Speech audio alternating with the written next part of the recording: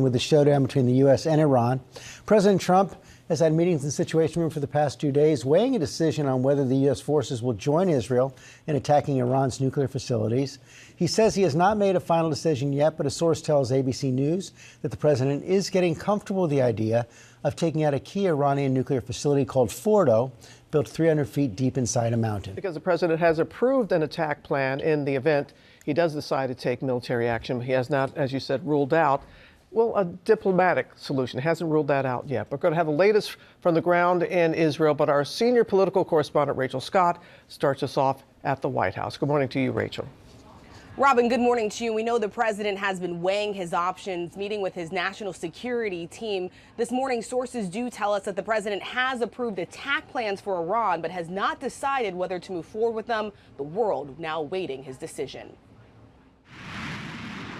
This morning, the conflict between Israel and Iran raging on. Sources tell ABC News President Trump has approved attack plans for Iran, but has not decided whether to move forward with them. I have ideas as to what to do, but I haven't made a final. I like to make the final decision 1 second before it's due, because things change. I mean, especially with war. The U.S. military already pre-positioning aircraft carriers and strike groups in the region, and overnight evacuating American diplomats from Israel. The president has demanded Iran's unconditional surrender, but the regime's supreme leader sending a direct message to the White House, saying, quote, "The Iranian nation cannot be surrendered. We will not accept any kind of submission," adding the damage America would suffer if it makes a military intervention in this field would undoubtedly be irreparable. Still, for much of the day, the president held out the possibility that the U.S. might join Israel's war. I may do it, I may not do it. I mean, nobody knows what I'm going to do. I can tell you this, that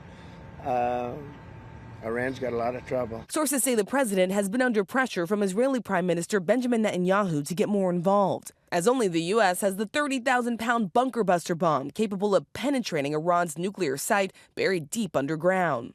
The president asked about concerns from some in his own party about U.S. involvement. I don't want to fight either. I'm not looking to fight. But if it's a choice between fighting and them having a nuclear weapon, you have to do what you have to do. The divide on display in this fiery exchange between Senator Ted Cruz and former Fox News host Tucker Carlson. If you're calling for toppling in government, it's incumbent on you to know something about the country and to think through the consequences of that. And you haven't, and you don't. And I'm saying that's reckless. Okay, you engage in reckless rhetoric with no facts. Republicans like Cruz pushing for the White House to strike. Democrats warning against it.